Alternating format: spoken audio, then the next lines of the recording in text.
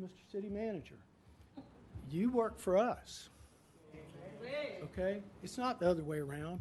Not a one of you was appointed where you had to come here to do this. You raised your hand and you said, I want to do it. Some of you have done it historically, commendably, in exemplary ways, and I commend that. And I really appreciate that kind of service. But I think that every one of you needs to recognize that you work for the city. And there are some things going on in this community that are not good. We need to get to where there's more transparency. We need to get to where people are heard. The divisive, derisive, bristly climate starts at the top, guys. And wickedness and those things in the public. And you guys have to recognize that the internet is a powerful, powerful tool. Tonight's meeting is kind of like a revival. It's an example of the kind of thing that James Madison and the other authors of the Constitution were thinking about when they failed to put God or Christian, either one of those words, in the Constitution. We don't trust the police because they done so much wrong and they supposed to serve and protect the people. But if you violating the law, how can you tell me to keep the law and to do right when you ain't doing right yourself? The Bible says the blind can't lead the blind lest they all fall in the ditch. And justice is blind in Lake Wells. This has been a nice place. The police officers need to care more about us and treat us fairly. See, they treat the white people one way and treat the black people some other kind of way. It's sad to say I love Lake Wells, but it's sad to say that I'm seeing the ugliness that this city was built up on. Let's don't let the ugliness of Lake Wells. Lake Wells is known for being the breeding bed of the KKK.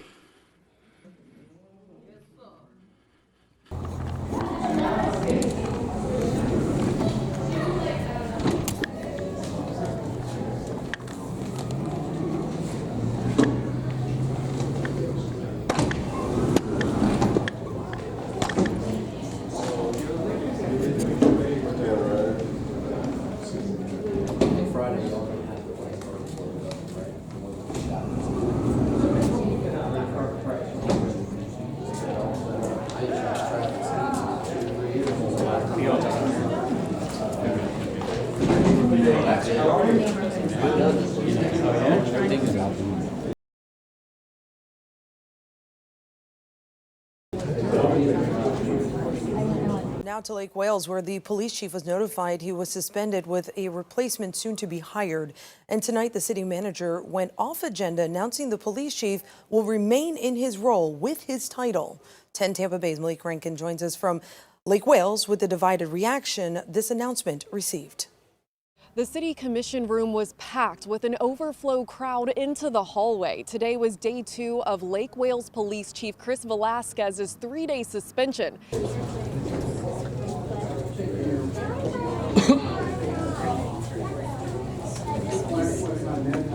The Lake Wales police chief accused of nepotism could speak up. This will happen at tonight's city council meeting. It's his first chance at a public rebuttal after being suspended last week. Thank you, Mayor. This is a public statement. Chief Velasquez and I met again today at my request. There were some issues that we had to navigate our way through and that we will continue to navigate. Chief Velasquez was cooperative and eager to ensure any issues that may have caused concern in the past will not be repeated in the future. As a result, and upon gathering further information, I am rescinding my memorandum dated March 11th, 2023.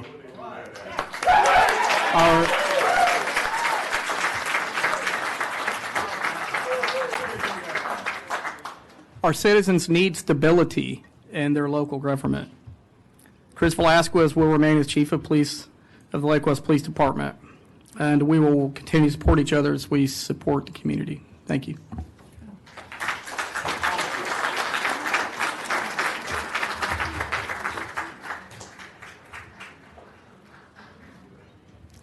Chief, would you like to make a comment? So I'd like to just say thank you. I'd like to apologize for any type of challenges that we've gone through as a city or as a department. But I want to thank you for your support. For 31 years, I've put this uniform on every day, and I've been proud to wear it. I'll continue to do that. I'll continue to serve, and I'll continue to do my job with honor and integrity. And there's really no greater honor than to serve you and to protect you. And for that, I thank you for that privilege. Thank you.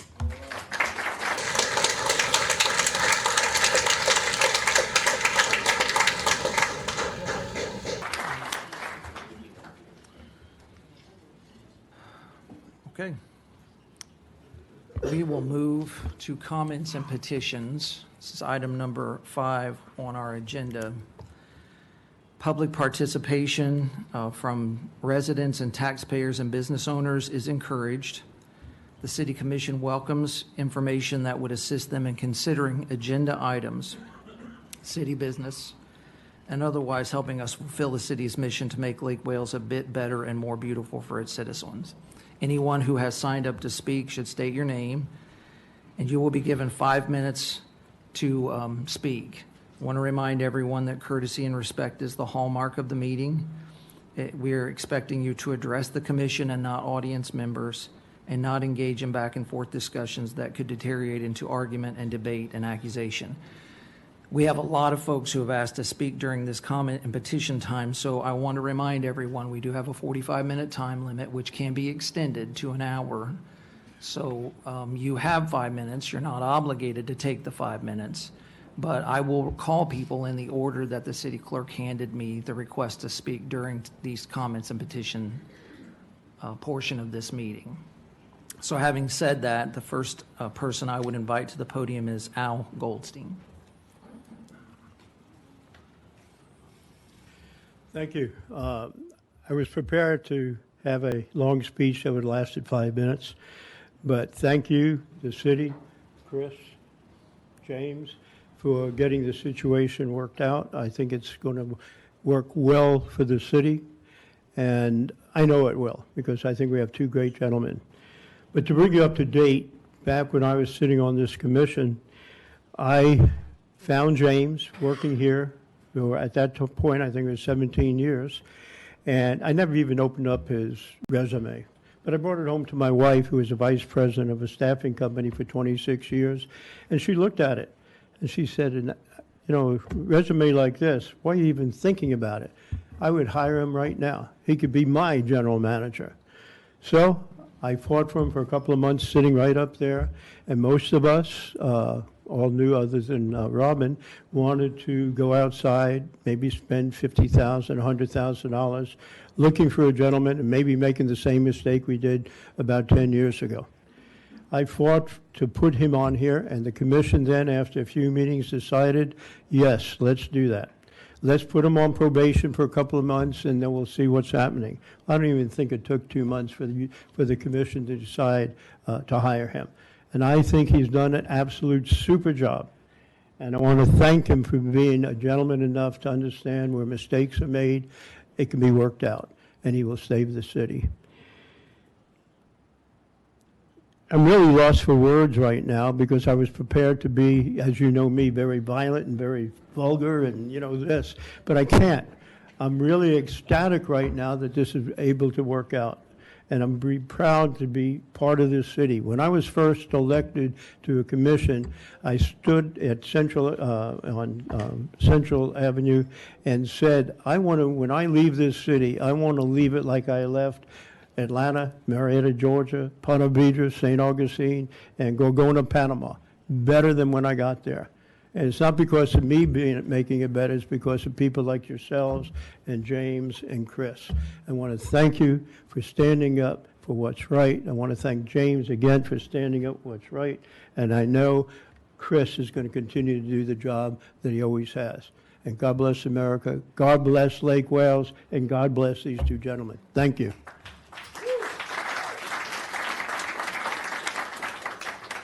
Chair recognizes Matt Para.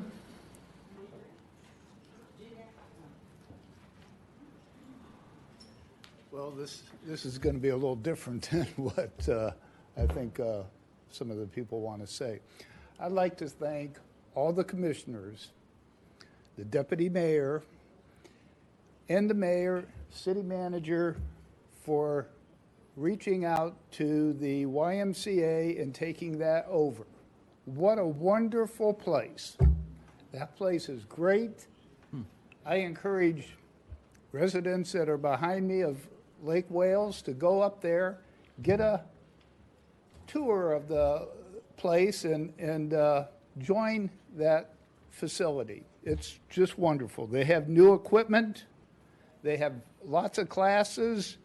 They have very, very good, skilled people working there that know how to use the equipment and that do classes. And so I encourage everybody from Lake Wales to use that facility. It's a worthwhile, and it's very reasonable, too. Thank you. Thanks.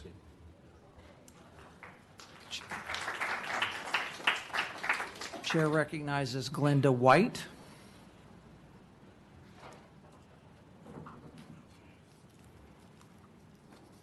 Good afternoon. My name is Glenda White. I am here to declare that God belongs in our government and that God is the ruler of America and of Lake Wales, Florida. There are certain people who attend Lake Wales City Commission meetings for one purpose, it seems, to complain about sitting city commissioners who happen also to be Christians, pastors, and leaders in the Christian faith. It seems that in the eyes of these people, Christians don't have the same right to serve an elected office as do God rejectors. Our government is populated largely by godless, socialists, and greedy weaklings who pretend to be patriots. These parasites are only there for money and power.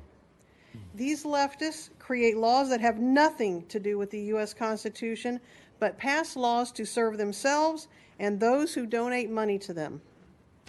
The oath they swear to upon entering office is a joke to them.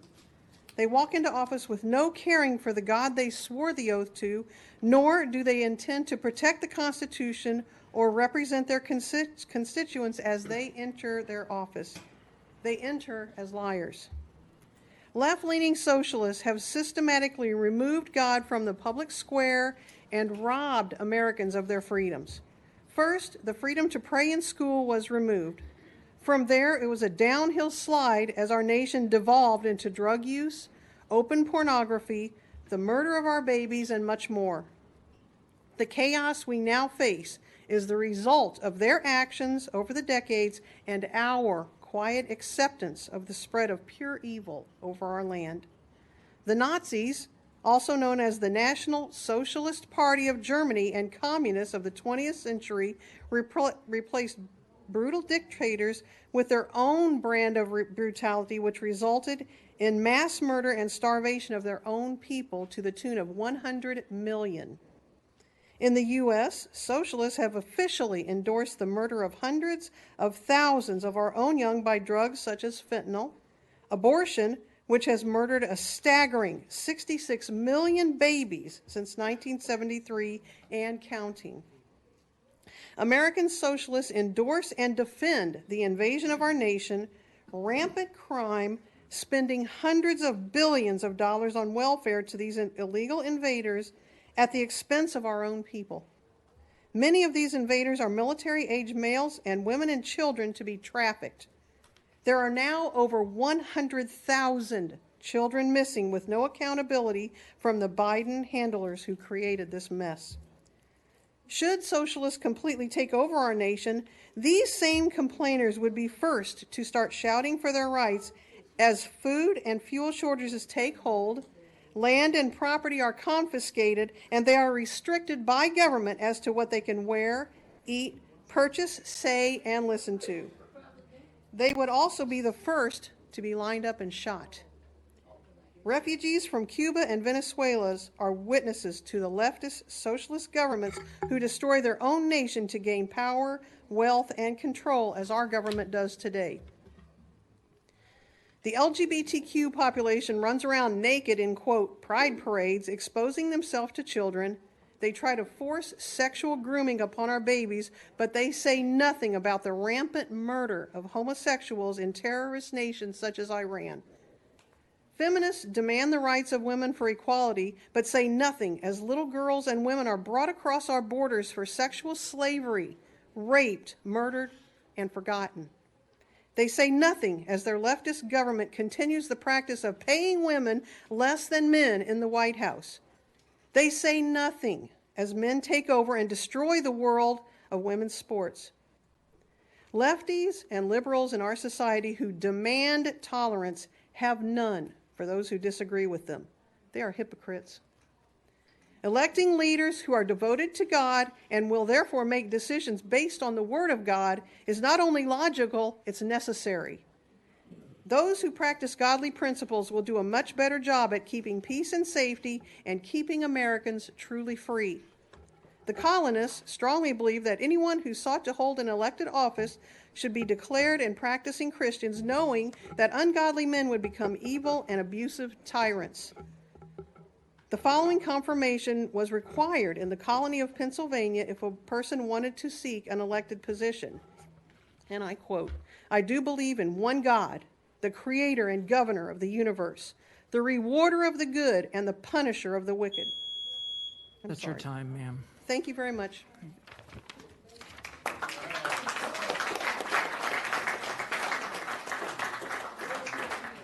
Chair recognizes Jim Abney. Jim Abney.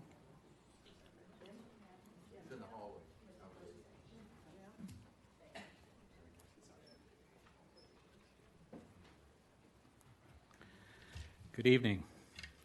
My name is Jim Abney, and over the last 3 years, both here in Polk County and across the country, I have spent a great amount of time encouraging citizens to become involved in their local government through a biblical worldview. When citizens actively participate in local governance, they become watchdogs, holding public servants and political leadership accountable. Transparency becomes the bedrock, eroding corruption and ensuring that decisions align with the needs of the community. Citizens, while assessing their own needs, contribute to local project planning and budget monitoring. Their insights enhance resource allocation and utilization. A community of engaged citizens collaboratively address issues like infrastructure, education, taxes, and regulations. This synergy fuels progress. Civic engagement isn't a spectator sport. It's the heartbeat of the community. Civic engagement is not the opportunity to ridicule or to make insulting remarks directed towards those who have made a sacrifice to serve our community. We are all adults, and it is time to put away our childish ways. Yes, you may disagree with decisions that are made, but do it in an adult and civil way. Here in the city of Lake Wales, elected officials face a constant barrage of criticism by a small group of disgruntled people.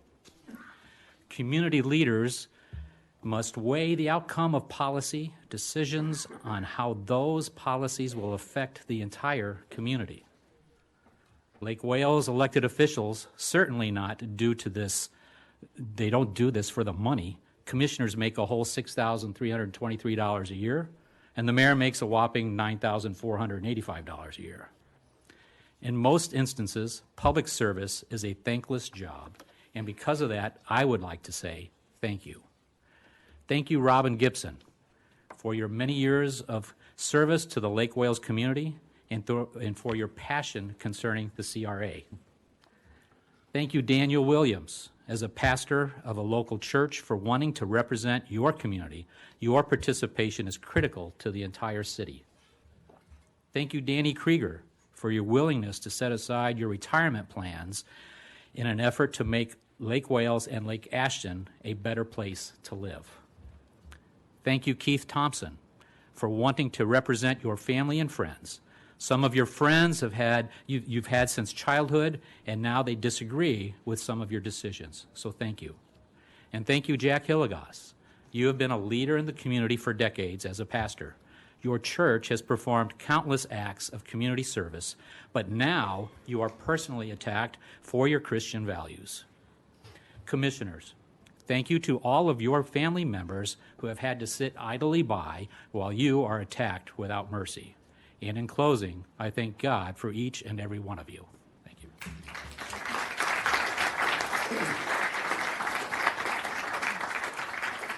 Chair recognizes Bobby Dees. I'm sorry, I want to pass. Okay, The choir, people coming up there, there's nothing I can follow. okay. Very good. Thank you, sir. Chair recognizes Bruce Francis.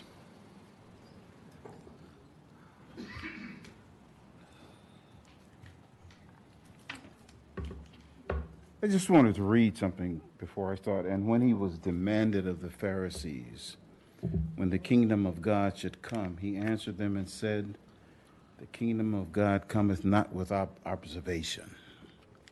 Neither shall they say, lo here or lo there, for behold, the kingdom of God is within you. It's not on parade. I stepped here to congratulate the city manager, Slayton, for tackling the problem that he saw at the police department, addressing what he said were repeated public concerns in two critical areas. He stated the appearance of nepotism within the police department and perception of a lack of transparency. Again, I congratulate Mr. Slayton for tackling this problem. And in his letter, he stated he had been too involved in the police department finding solutions to concerns raised by the community. I hope that even though the decision has changed, the matter will still be handled.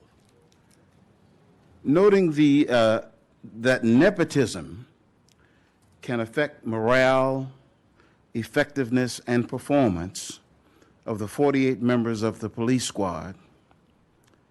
And further, if not checked, nepotism can easily evolve into cronyism, favoritism, elitism, narcissism, classism, sexism, racism, ageism, xenophobia, homophobia, Islamophobia, if not checked, and a never-ending list of isms that do nothing but divide the community. I would like to suggest a citizens and professional board to recommend and vet applicants for the chief of police position, because that position is so critical in establishing and maintaining a stable and peaceful relationship with the public. It should not be left up to one person to make that decision, to hire and fire. So I'm suggesting that the commission consider using a group of citizens along with the professionals to choose our next chief of police or person to serve in that position. Thank you.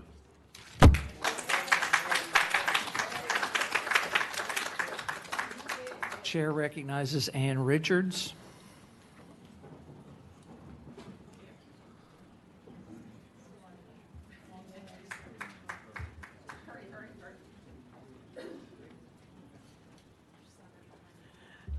Good evening, Mayor, Commissioners. My name is Ann Richards, and as you all know, I have a long history with the City of Lake Wales. I'm a very proud Highlander graduate and a 4-year cheerleader. And I am now retired. Thank you. I am now retired and live at 486 Bermuda Drive. It's been almost a year since I've spoken before you, and I felt it was time to reiterate the appreciation that many residents have for the service each of you is willing to give for the betterment of our community. Criticism seems to come more often than job approval and approval ratings. The majority are usually content and simply don't get engaged. The discontents are usually very vocal. But isn't that the way it is with almost all facets of life? The kid who screams the loudest usually gets the most attention. The biggest danger I see for you as commissioners is to begin to think that the minority is the majority. And the greatest danger for the citizens of Lake Wales who approve of your work and decisions is to give silent approval to the ones in our community who constantly criticize and find fault with you individually and collectively. Silent approval needs to end. The silent majority need to be engaged and heard. I am a Christ follower. I have been since I was 8 years old and will be until I die. I'm very appreciative of the fact that I can stand before you, say those words, and not be persecuted or banned from this assembly. There's been a lot of talk lately about our Constitution. Our new Speaker of the House, Mike Johnson, mentions it quite often, along with the need to follow constitutional guidelines, what is permissible under the Constitution and what is not permissible. I think it's interesting to note that 9 of the 13 original states had some sort of religious test requirement for office holders in their state constitutions. Knowing this makes it a little easier to understand perhaps why there was so much debate over a clause in Article 6 that addressed matters of oaths and allegiance. That clause stated that no religious test shall ever be required as a qualification to any officer of public trust under the United States. Well, I'm sure we all agree with that. But for many Americans during the Revolutionary period, it was difficult to imagine how leaders could be virtuous without an oath of religious intent. And as I said, 2/3 of the colony states required such an oath. I'd like to share an oath from the state of Massachusetts, 1780. Any person chosen governor, lieutenant governor, counselor, senator, or representative, and accepting that trust shall, before he proceed to execute the duties of his place of office, make and subscribe the following declaration. I, insert your name, do declare that I believe the Christian religion and have a firm persuasion of its truth, and that I am seized and possessed in my own right of the property required by the Constitution as one qualification for the office or place to which I am elected. Today, unfortunately, most of our public office oaths have been reduced to more of a fiduciary type statement and may or may not end with, "So help me God." I am proud to live in the state of Florida, where our governor has taken a stand to live and share his faith in God, even if it offends a small minority with loud voices.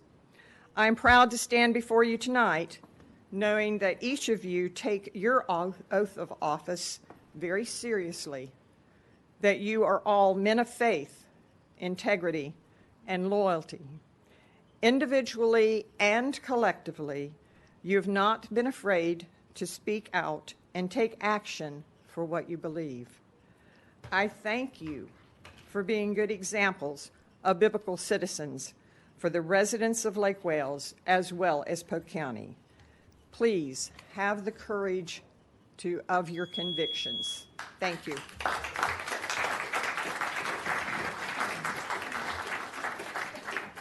Chair recognizes Deborah Coffin.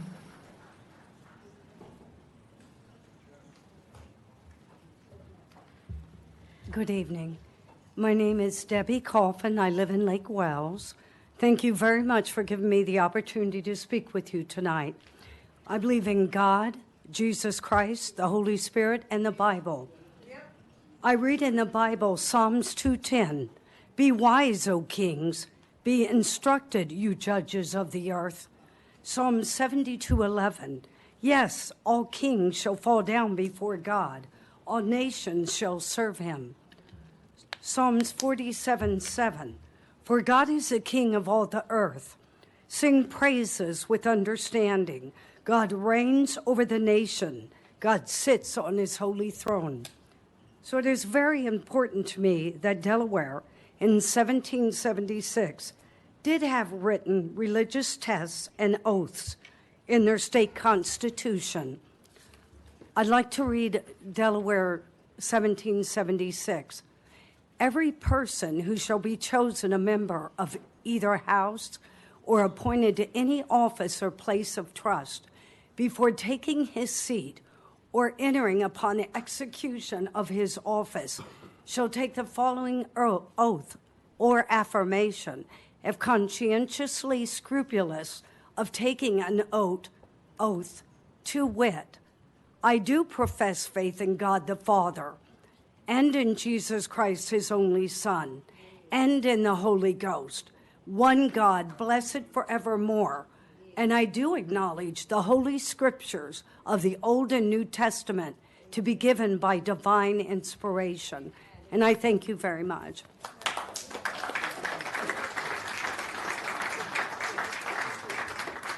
Chair recognizes Faye Wood.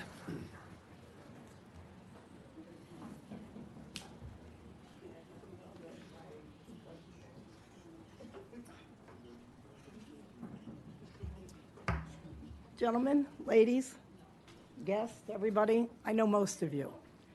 And it's a little bit different than what I came here to talk about. But I appreciate what all the people before me have been saying. And I recognize it. I'm a consumer. First I'm with Lake Ashton. And I head the largest group called Neighborhood Watch. It includes Winter Haven and Lake Wales and other things that the governor or the sheriff have asked me to do. I strongly believe in what you do. I go across the country as a consumer advocate, and I've been in every state, many of the cities. I've lived in many. And I want to bring up one point. I went to a meeting that was pre this meeting, and I was embarrassed for us.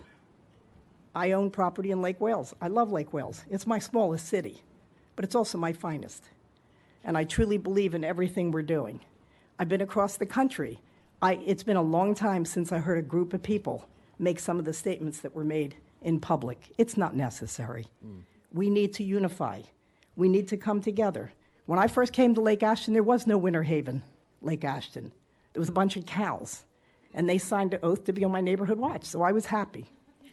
Now I have 4,000 people between the two cities, 30-some hundred residents, and then I have the gardeners and everybody else. So we have a very peaceful place, and we all work hard, and we all volunteer, and we all care. I just asked that people will consider, before they start pointing a finger and threatening people and saying things that are very hurtful, they think about it.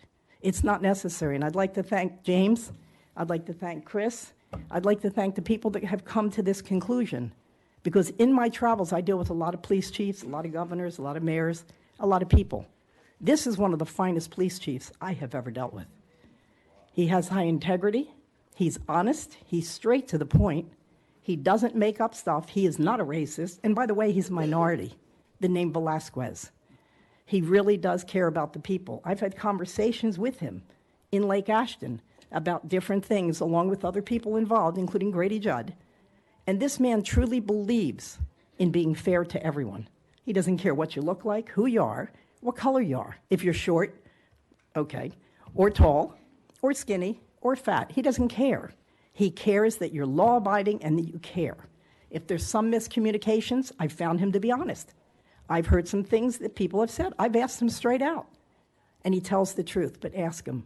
All I'm asking this group of people to understand, there are people like me that respect you tremendously. It takes a lot to do what you're doing. I don't care if it's Chicago I've been in, and Boston, any of the major cities. You work just as hard as everybody else. Frankly, you could probably earn a little more, but okay. But under no circumstance do I have a criticism for what you've done. I've heard it, I read it, I can't make all the meetings because of my travel and some spinal issues, but I wanted to let you know that I am totally thankful for what you do on behalf of Lake Ashton and Lake Wales. It means a great deal to a lot more people than you realize. And I also want to thank the chief for being the finest chief that I've had the pleasure to deal with. Thank you.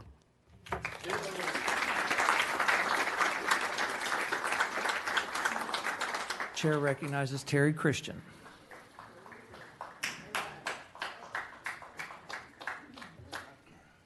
Good evening, ladies and gentlemen. My name is Terry Christian. I was born here, 1965, and I'm proud to say I'm a member of the class of 1981, Lake Wales High School. In that class, me and my classmates, I'm so proud that we promoted unity, love, diversity, and all that stuff that exceeded what Lake Wales has been known for. But it's sad to say tonight that Lake Wales is showing itself tonight, ladies and gentlemen, in a negative manner. It's sad that our children, the black children, are the loudest. It's sad that our children, the black children, have the most rhythm. I don't want to cast shadow on what I saw in that proclamation, but it was disheartening to me because I didn't see none of us that are supposed to be the loudest. That's what's part of cheerleading, the main part, having your voice heard. I didn't see none of the children that's supposed to be the loudest cheerleading become with skills, development, talent. If my children or our children, the black children, say they got those type of talent, I didn't see any of that tonight. It's sad to say I love Lake Wales, but it's sad to say that I'm seeing the ugliness that this city was built up on. I came tonight to commend you, Mr. Slayton, for making a move on a problem that Mr. Robin Gibson identified. He identified and gave you some directions to some problems that Mr. Daniel Williams identified, some problems that I've been crying about for 5 years. You wasn't hasty in making the decision. I cried here and slammed you night after night, Tuesday after Tuesday. You said, no, I want to see stuff for myself, because this problem started under Mr. Fields' watch. And you was a man, you stood in the gap, and you did the thing the right way. I thank you for that. I thank you for that. So I hope tonight, Mr. Gibson never been intimidated, and I hope it don't start tonight that people intimidate such a great man for doing such a great work for so long. I thank you for your service, Mr. Gibson. Let's don't let the ugliness of Lake Wales. Lake Wales is known for being the breeding bed of the KKK. Laws are put in order to obey. There's some rules on the books about nepotism. This guy enforced them under discretion of his bosses. Now he gets slammed by people who got a little more money, a little more voice than others. That's not right. It never has been, and it never will be. Thank you.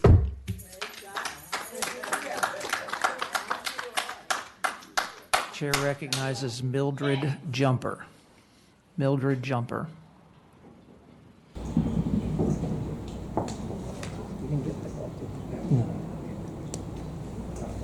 I got all the love hearts on your shirt. It's Mildred Juniper. I'm sorry. But that's all right. I appreciate all of you being here and spending your time taking the heat from people that should respect authority. We have the greatest authority to follow, that's God, and you men are all doing that. I do normally never speak in public, but I was asked to speak about New Hampshire a bit because New Hampshire and Florida are a lot alike. We have no state income tax like New Hampshire, that Florida does. My name is Mildred Juniper. I live 3 miles east of town in Country Oaks. 37 years ago, I moved here and made this my adopted home. My state in New Hampshire is called the Live Free or Die state. If you want to look it up, go watch Northwood's Law on the Animal Planet and you're going to learn all about it. I believe, as Edwin Bach did, that when you come to a new place, you want to make it a better place when you leave than it was before you came. When I came down, I left a very wonderful job in New England as a bank manager. I decided I wanted to serve the community of Lake Wales, Florida. I went to work for the Lake Wales Care Center. I delivered food to every community in this area whole in a little blue car that everybody knew me. Then I became a case manager. My former husband and I started the Christian Motorcycle Association here in Lake Wales to reach out to motorcycle people.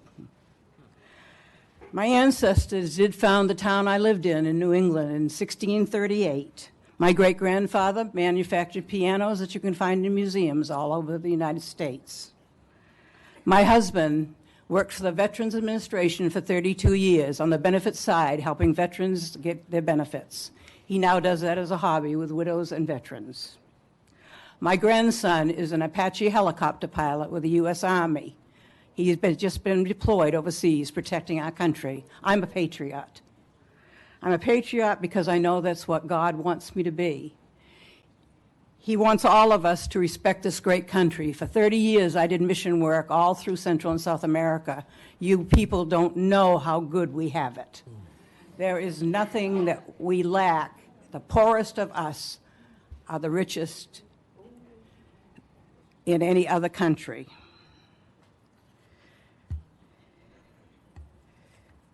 I also helped start the Forest Proof Care Center out of the Lake Wales area. I'd like to read the proclamation that New Hampshire has in their Constitution in 1784. Every member of the House of Representatives shall be of the Protestant religion, that no person should be capable of being elected as senator who is not of the Protestant religion. The president shall be chosen annually, and no person shall be eligible to that office unless at that time of his election he shall be of the Protestant religion. Now I have a few more comments and then I'll be through. We have always been in business and reached out to people to help them here in Lake Wales. I owned a small business for 5 years, pool and patio, right down here on Central Avenue. I have a son that's in business. He's been in business here since 1999, 25 years. He has hired between 300 to 400 young people from the whole area of Lake Wales across the board. Didn't matter what color you were, or also women, what sex you were. He's trained them to become responsible adults and to stay in the Lake Wales area. For the last 3 years, he has looked for a place for his business to be, because he's been renting a building and he's gotten fined because his tubs have been outside his building. So he finally found a place in Lakeland, and we're going to lose those young men. We're not going to have those jobs anymore. But by the grace of God, he has found a building, and he is staying in Lake Wales. And he will service and teach these young men, both black, white, male, and female, trades, the trades that most of us regular people live in. We're not, a lot of us, very educated people, but we're what America was founded on. I thank you for your time.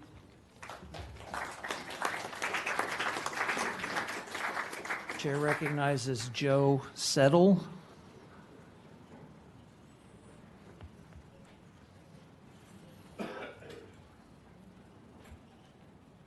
My name is Joe Settle. I live 960 Campbell Avenue, Lake Wales, Florida. I've been a resident of Lake Wales all my life except for the 20 years I put in the military. Why I'm here today, I asked the commissioners, you, Mayor, Mr. Staten here, we need to do something about the parking on Stewart Avenue while Park Avenue's being redone. All the business owners on Park are parking on Stewart. The people that work in that school behind Wells Fargo, they park there from 8 in the morning till 3:30 in the afternoon. There are no handicap parking spaces at all on Stewart Avenue. The other day, I had to walk 2 blocks back to my bank, and I can't do it with my knees. So I asked you, please, to look into that situation. Thank you. Thank you, sir.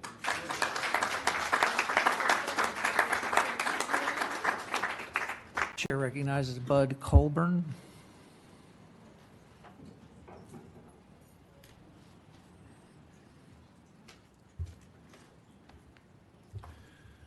Mr. Mayor, City Commissioners, I'm Bud Colburn, homeowner and taxpayer of Lake Wales.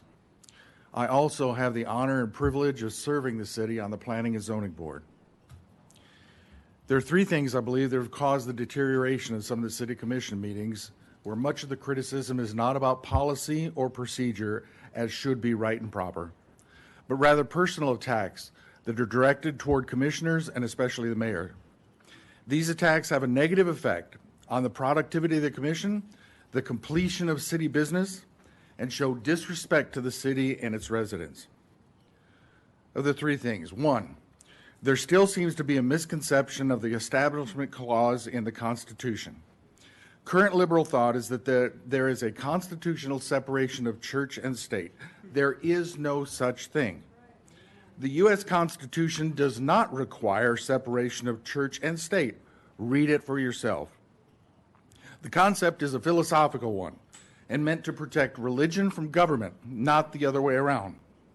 What the Constitution does say is that there will not be an established religion, meaning no government-forced religion such as existed with the Church of England. Our government was formed with Christian principles, no matter how you may disagree with history, and biblical ethics and values are the ink with which our founding documents are written. Too many people are taking their opinions and forming some twisted version of truth. Number two, those criticizing political statements issued from the pulpit are sadly ignorant of our true history.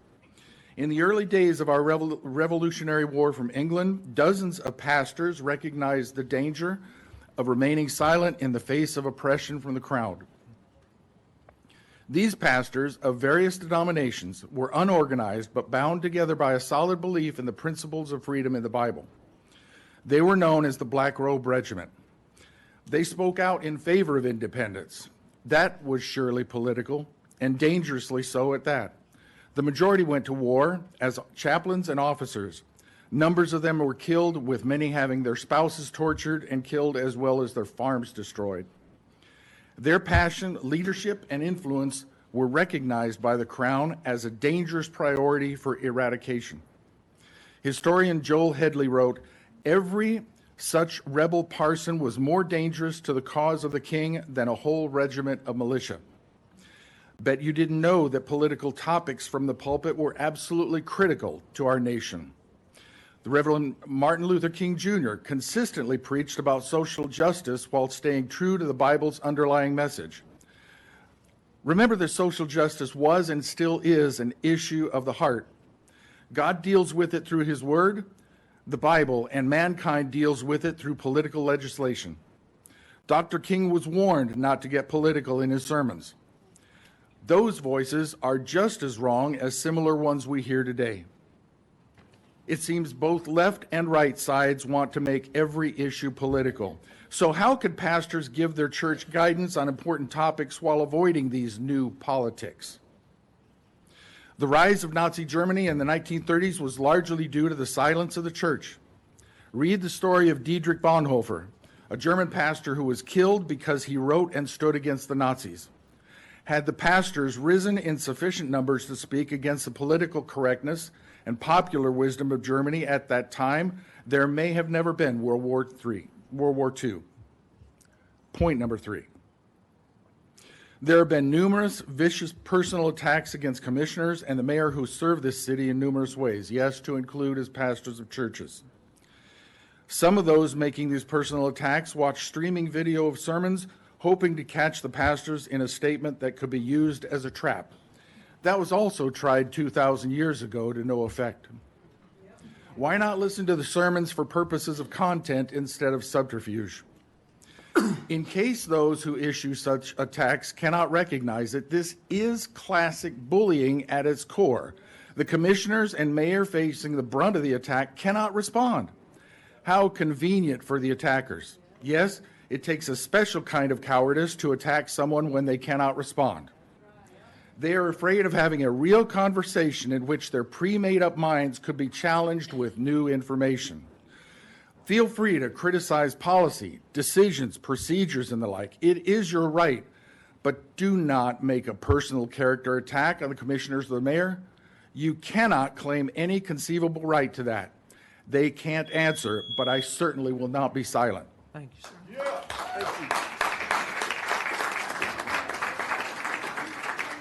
Chair recognizes Narvel Peterson.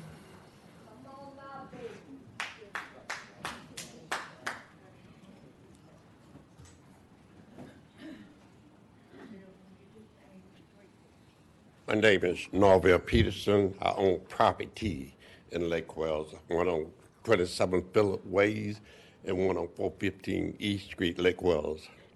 I'm going to go take you back in time. I've been Lake Wells all my life. I can remember when city manager Tyler came to Lake Wells, and at that time we have no black ranking officers in the history of Lake Wells. He promoted a black officer. He went on up to captain. And Mr. Adi came to Lake Wells. And he was involved with the community. I've been involved in the community 25, 30 years. He got involved with MLK and everything else there. He picked the chief. He had a board of citizens to pick the chief as well as some city staff. Anyway, I seen people like David Smith,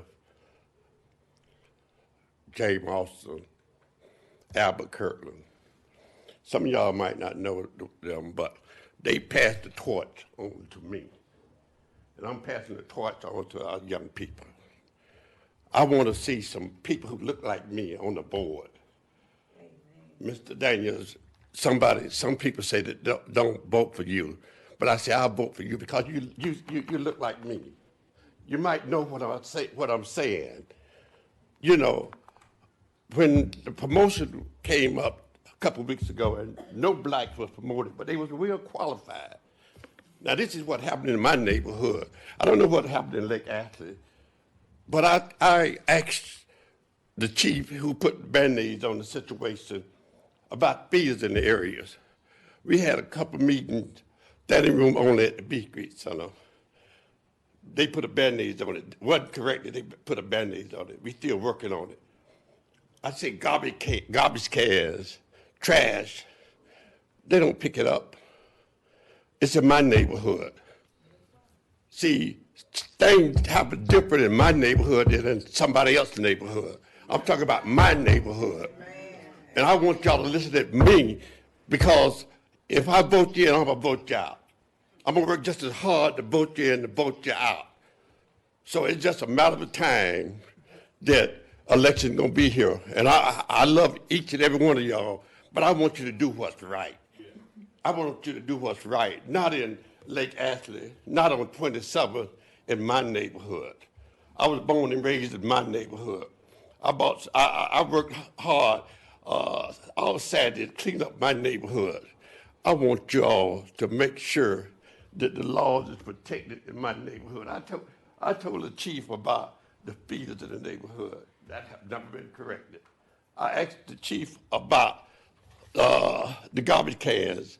That's never been corrected. Every time I bring a problem in the commission, it just pass on. So I just pray to God. And I was brought up in the church, and I'm a strong believer in God Almighty. I want God to change this situation that happened in Lake Wells. Thank you. Amen. Mayor, you're at your 45 minutes. We've reached 45. Yes, sir. In order to continue another 15, and we have several more that have asked to speak, we need a motion from the commission to extend 15 minutes.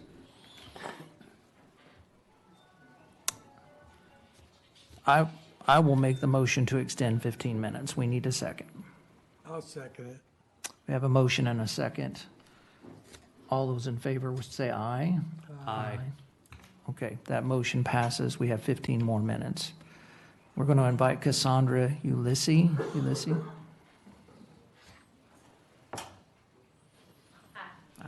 My name is Cassandra Ulysses. I ain't coming to judge nobody, because the Bible tells us and Matthew 7:1, judge not that ye be not judged. But I feel like Mr. Peterson said, they need to be more concerned about our neighborhood.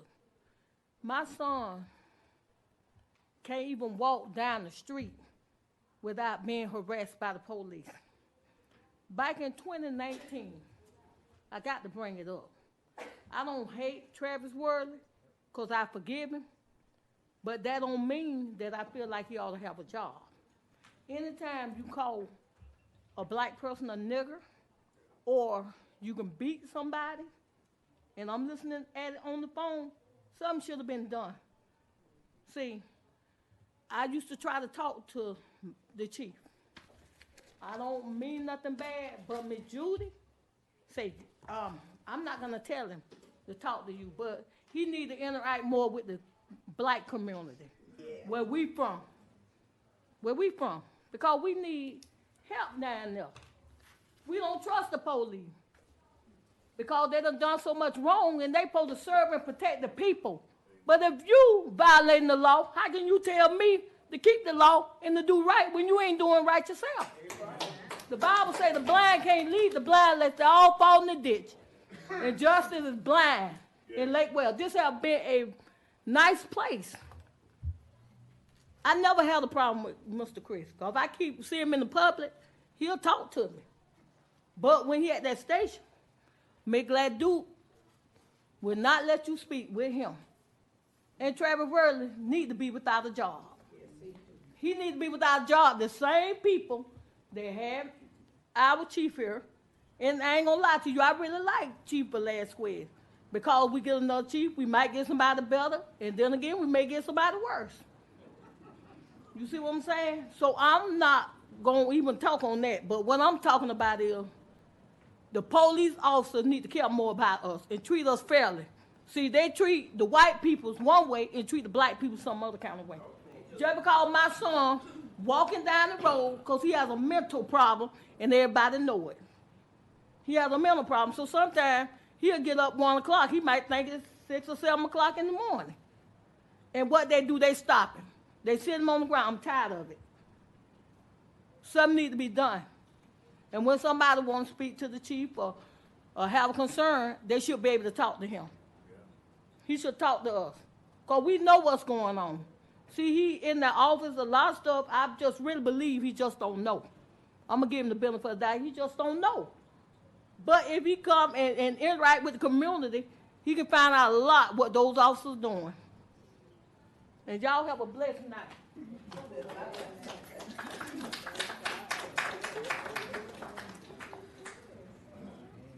Chair recognizes Thomas McKeon.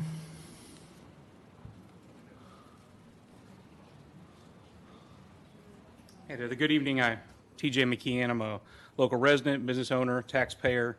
Tonight I'm actually here on behalf of the Lake Wells Police Department Pension Board, which I'm also the chairperson of. I just want to keep this brief and say I really appreciate the hard work that you guys do put in, our city manager puts in.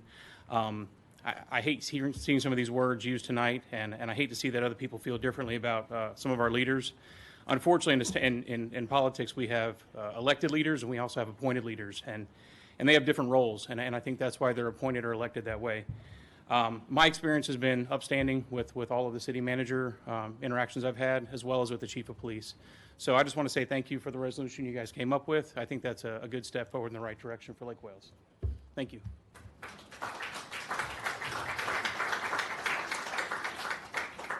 Q. Williams.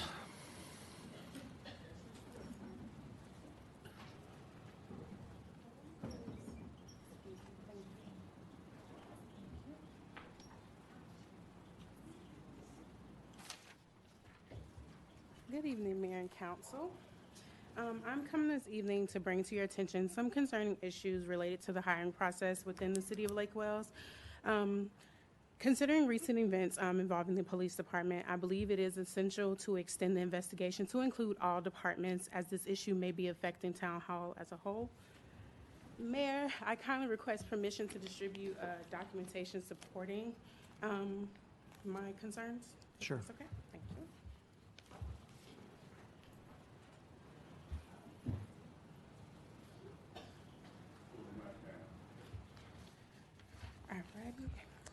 In the packet provided, I have included the resumes of those that were granted interviews for certain positions and the resumes of those that were hired.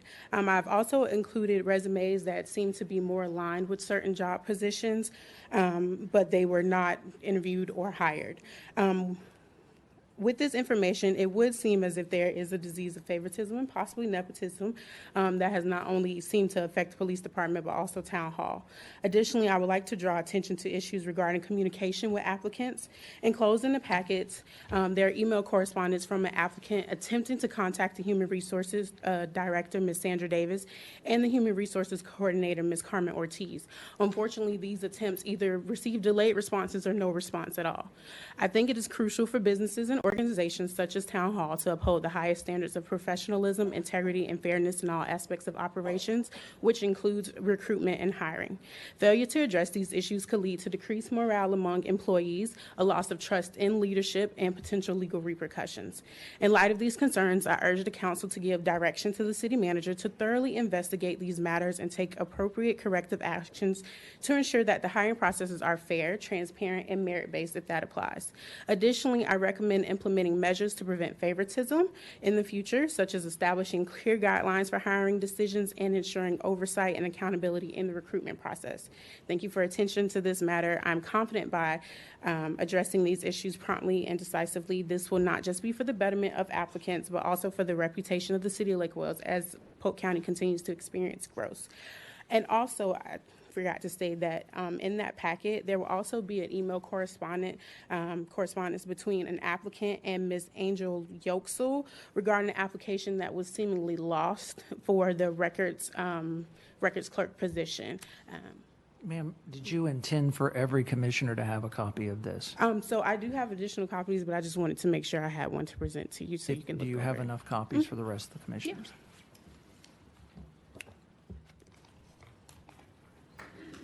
You can look through. Thank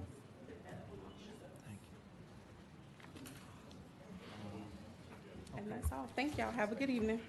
Okay, I'm going to ask the city clerk if she will collate these and staple them so that we have them in the right order. Yes, I'll take care of that. Is that it? Thank you, ma'am. That's all. Thank you.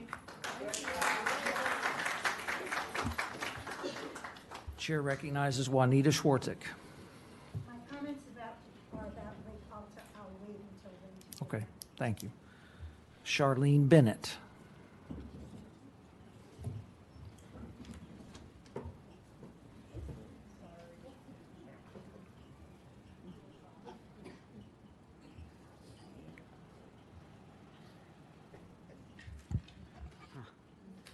Charlene Bennett.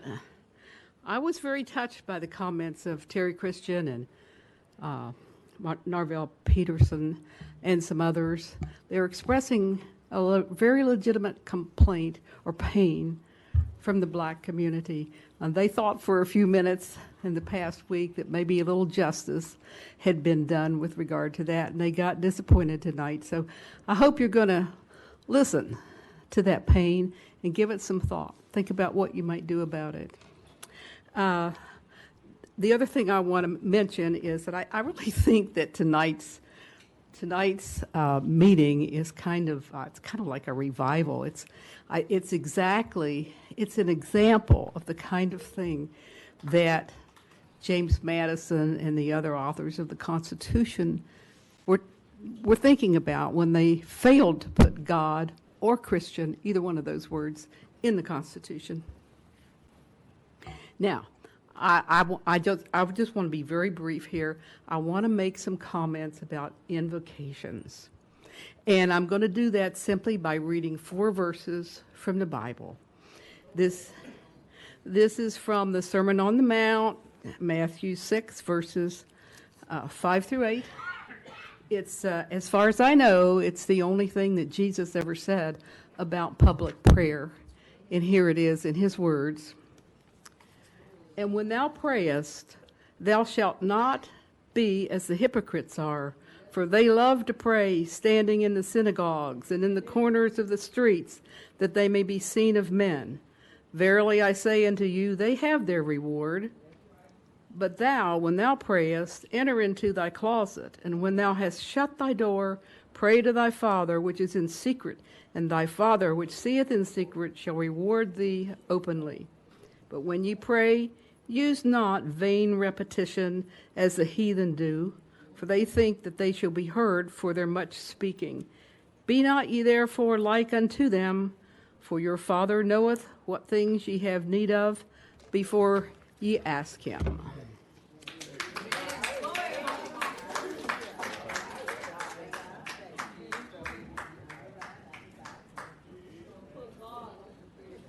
That it? Yeah. 4 minutes left. Okay, we have time for one more speaker. The chair recognizes Richard McKinley.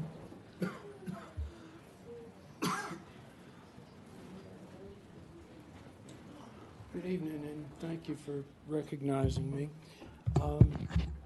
I've got to say, I walked into a meeting tonight where there were things going on that...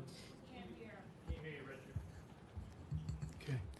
First off, I just observed that I walked into a meeting tonight where there were things going on that I was not aware of, and it saddens me that we've spent an hour confirming some of the things that I've been concerned about. And that's division in the community. Too much talk about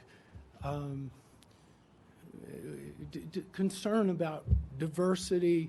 We're not addressing those things. I mean, I hear about nepotism, fascism, socialism, racism, and that's why I'm here. Because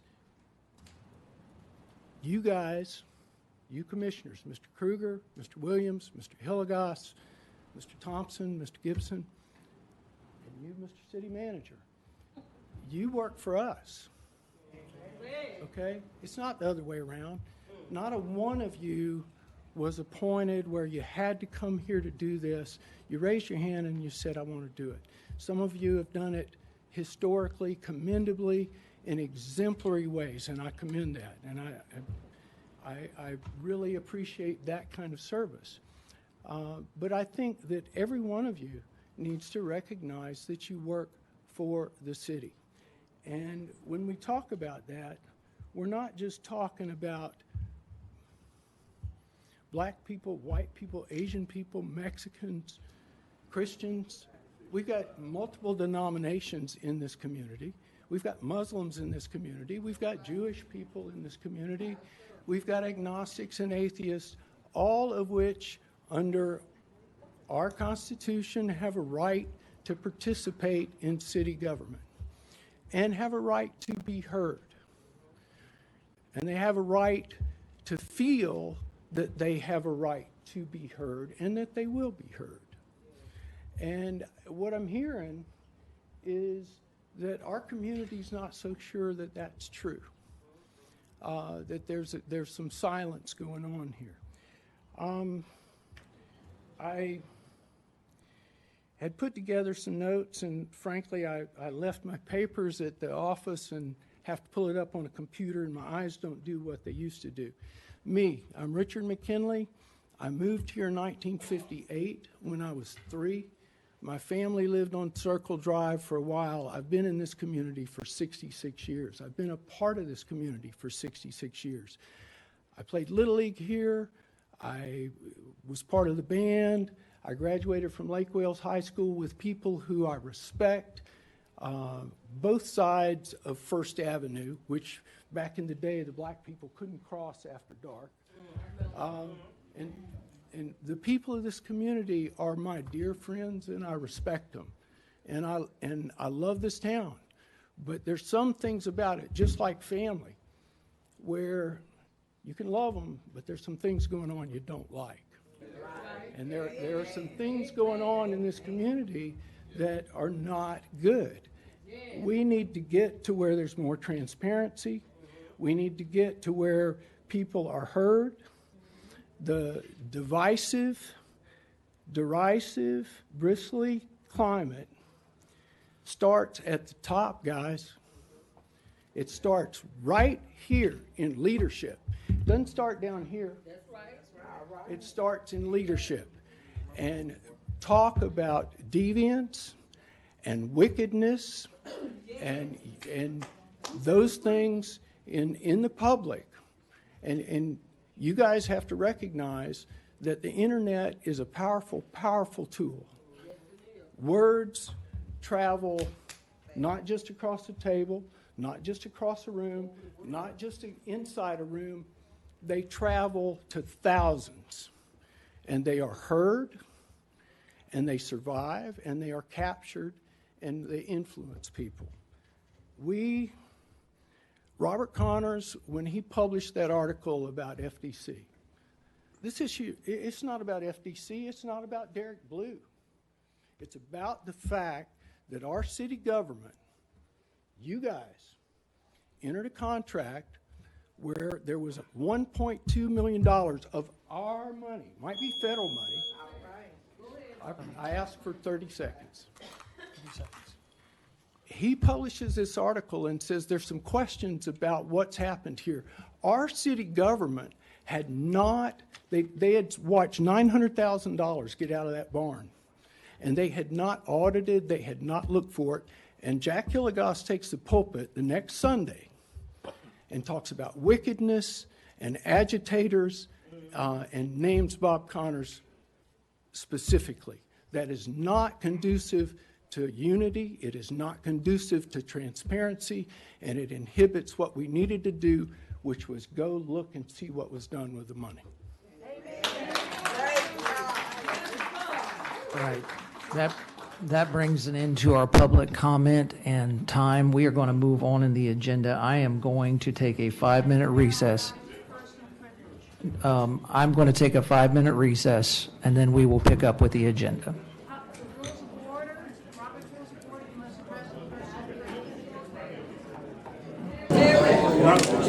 No. Sir, who are you with? Myself. Oh, would you? So what is it? I'll tell you. Yeah, I'd love to know who you are. I'm not really anybody. Me either. I'm somebody.